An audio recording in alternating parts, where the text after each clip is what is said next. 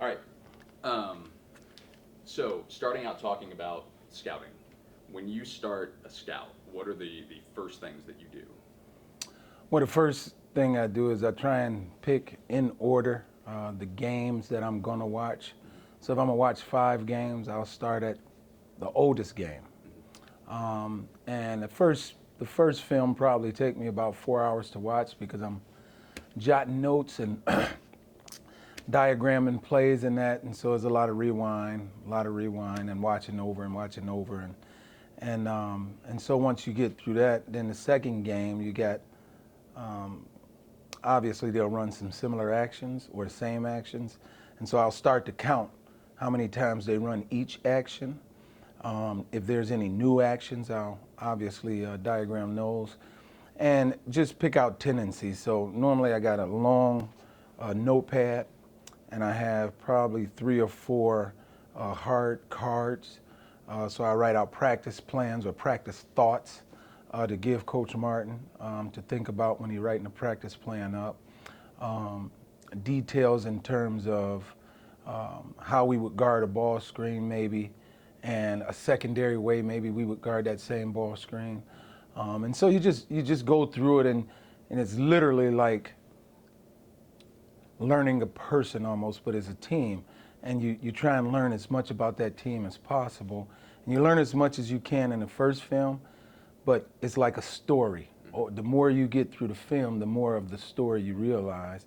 And at the end of it, you should have a pretty good picture on um, the story of that team and where they're at that time. When you when you are going up against a coach or a team that you have some familiarity with, whether it be a high level or low level familiarity, do you try to incorporate that? Do you think about that, or do you need to kind of like wipe your mind clear and say, "I'm going to start this film scout from scratch because who knows what they might have done or Well, changed"? you definitely start from scratch. Then once you get all through it, and again, as you learn that team the way you see it, brand new, then yes, you do go back and say, well, hey, maybe uh, a certain coach is normally a press coach, so even though he hadn't pressed, let's be ready for the press. Or he's normally in the past, he put in a 1-3-1 or a zone toward the end of the season, so let's be ready for a 1-3-1. And so after you make it all brand new, then even the second time around, you try and do it all brand new. And then you go back, and if it's tendencies that the coach normally has in his past, then you do add the tendencies at minimum in your thought. So if you have to make adjustments during the game, you already kind of expected some things. Yeah, I hear something coming through here. I'm just going to turn this down real quick. Um,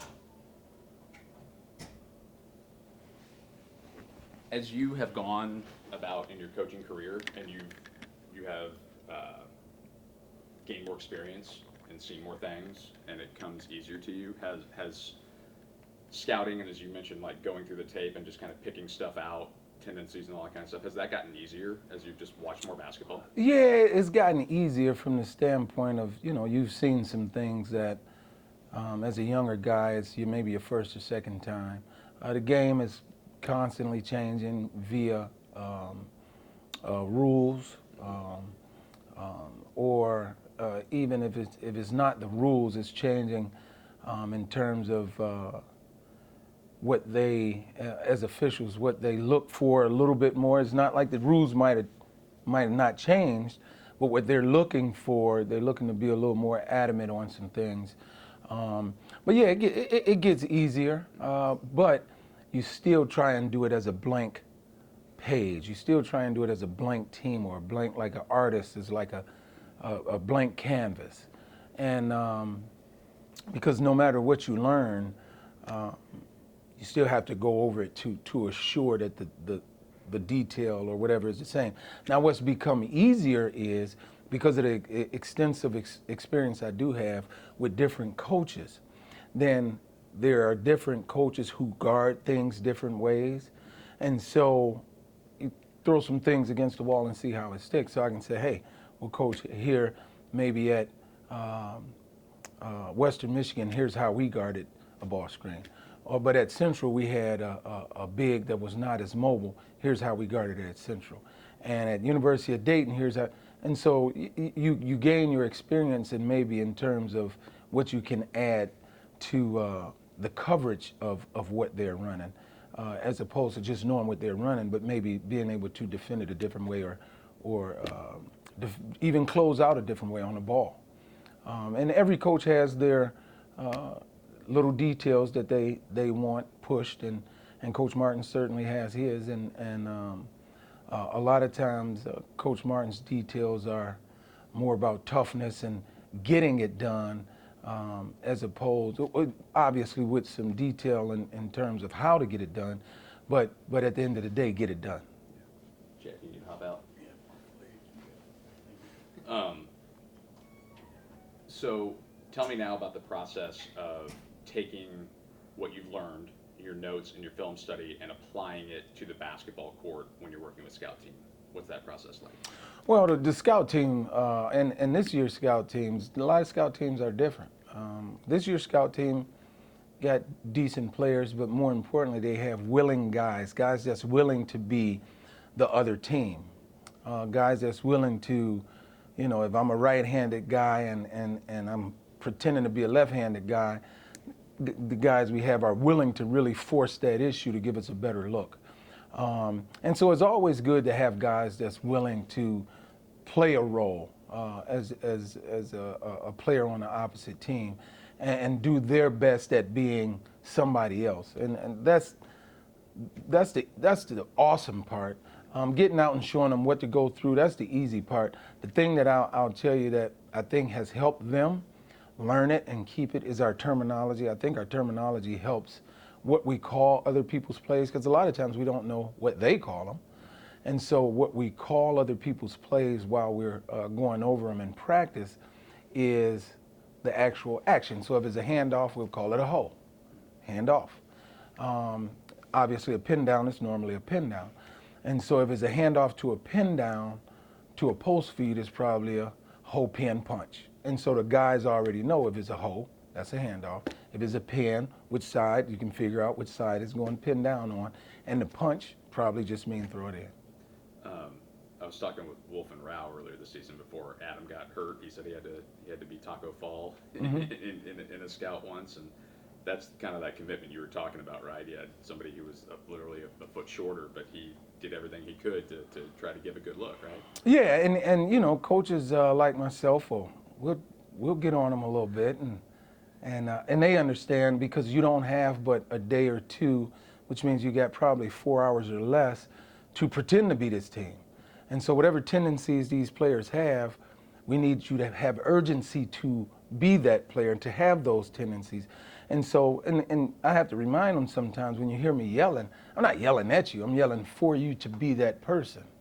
And for you to have those tendencies, because we need it now, because we're only spending 10 minutes on this part. And so, and they understand that.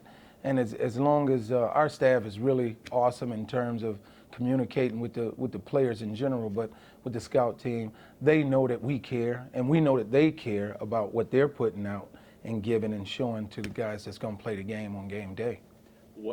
How do you communicate? What's the most effective way to communicate with the players in film study? So when you're in a film study with them and you're trying to communicate the information, and it's so important, as you mentioned, what are some keys that you use and that this coaching staff uses to have the most effective communication to get your point across to them so that they understand it? Well, I'm not sure if I'm going to answer this correctly. However, I'm going to answer it best I can. When we've coached them so much on scout and how we want things so far, with it being Coach Martin's first year, when you've kind of gained some ground, or when they've gained ground, because now the guys are telling each other what the coverage is. They're telling us or asking us, Coach, can we guard it this way? Or Coach, is this a better way to guard it? So they're as much involved in a scout now as they could be. As before, they couldn't be, because they didn't have the experience with this coaching staff. They didn't have the terminology. Well, now, after we're a little bit past halfway through, now they have the terminology. So they're involved and they have input in terms of the scout and what they see and how they feel out there. And coaches say during the game, what do you guys see? You know, is it anything out there you having trouble with? And so I think that's a little more along the lines. We just push the envelope. Now they're at the point where they got it, and if they don't, they're telling each other, whereas we can lay back and they got it with each other, where coach don't have to yell at them, coach don't have to say much. And obviously if they get it wrong, we'll fix it. But they're doing a good job now where they got a good feel. And second time around, I would imagine they'd have a great feel. So it sounds like a big part of scouting is cumulative over the course of the season. If you do a good job over the course of the year, then it's going to get better. It is, and it's funny because every league I'm in, it seemed like teams in that league, whatever league that is, run similar actions. So there's a lot of teams in our league that run the same type of actions. Obviously, you have different personnel, so the same action may reap a little bit different finish, but the action is the same. So the coverage, for the most part, is the same. You just have to understand who the players are. Now, me as an individual coach, scouting, I'm player over plays. I like to talk about the player's tendencies and what the player is capable of doing to you once he has the ball, because the play ain't scoring the ball. Now, it's some actions out there that can put guys in position where it's going to be easier for them to score the ball, but the player is going to score the ball. And so we'll do a great job of guarding actions, and then you have to really get down to, okay, after you guarded the action successfully, now what? Because everything after that is random. You have random ball screens, you have random handoff, hoe actions, you have random everything. And so now you have to really lean on your principles defensively in order to successfully guard the random actions. You've mentioned Coach Martin several times in this interview, and the way he does this, the way he does that. What makes his scouting system unique? Is there anything about the way he and you guys as a staff scout that you feel like is unique to him? Well, one of the things is he has his principles in terms of our defense set. So whatever we're scouting, our principles is going to take care of most of it. After that, yeah, of course we have input as the head guy on a scout, but your principles will be over everything. And I think that's the best part. He allows his assistants to handle it. If it's something that he don't like, obviously he'll say, hey, let's do it this way. And we meet as so myself and coach will meet. If it's my scout, we'll meet and go over what I see, what he sees, and he'll say, okay, Corn, you got it. Or he'll say, Corn, I'll take this part in practice. He'll say, hey, Corn, that's a pretty good idea. Let's give that a go, but let's be ready for a secondary way of defending it like this. And so it's already scripted and talked about in detail between whomever has the scout and Coach Martin. And so when you take the floor, you already won. You already won. You're not going out on the court aside of each other. You're going out as one. And so it's pretty simple, to be honest with you. And finally, how much does a good scout help in game when you're out there and you're making adjustments and the bullets are really flying, for lack of a better phrase? Well, the scout is the scout. So you got the scout done. It's almost academic, where you got a test and the scout is the test. So you got it all set and, hey, coach, here, I got it. And we got it all figured out. I know the answers to the test, except for on test day, you got a whole lot of different questions. And so now as a staff, and obviously Coach Martin is the guy, now as a staff, you do have to make adjustments. And if you're the guy who's done the scout, you should have a better feel than everybody else. But, you know, if with my experience or with one of the other coaches' experience, they see something, then yeah, I mean, we're going to use it their way. I would like to think part of my career and experience brings that, though. And I'll be honest, I pray before the game about that I see the game slow. So I can help coach make some adjustments. And sometimes I really feel like I see the game slowly. And so I think one of the best things about having me on a bench sometimes would be that I can see things and help make adjustments. Now, obviously, everything I say is not going to fly, but is a thought, and if it's a thought that coach liked, then he'll implement it. I said finally, but I do have one more. Is there anything that this staff does? I mean, analytics and everything, all the rage with some programs, college and pro. I mean, is there anything that we do that's particularly unique in statistical analysis or anything like that? Or No, we do get some analytics. We have we have services that we get it from, and we take a look at it. And it means something. Does it change the scout? No. Does it give you insight and information? Yeah. Is that information utilized? I tend to think so. But a lot of times in my personal career, coaches can overdo it. You're doing too much. You know what I mean?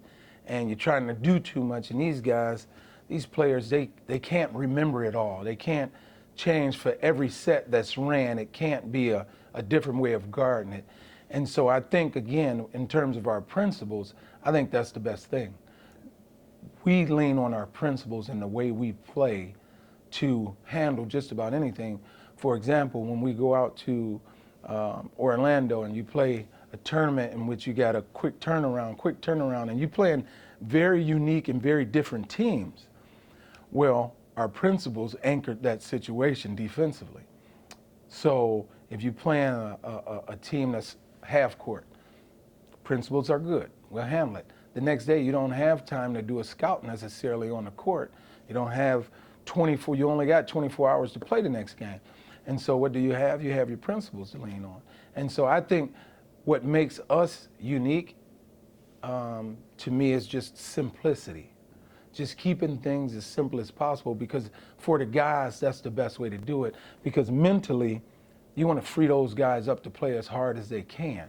And we've went over things over and over and over, and they'll be able to do that really hard. If you start putting too much in their mind, now they'll slow down physically. Feet slow down, brain slow down. Then you have drop off. And so I think simplicity, keeping things simple, is really the best, and especially the best for this group we have now.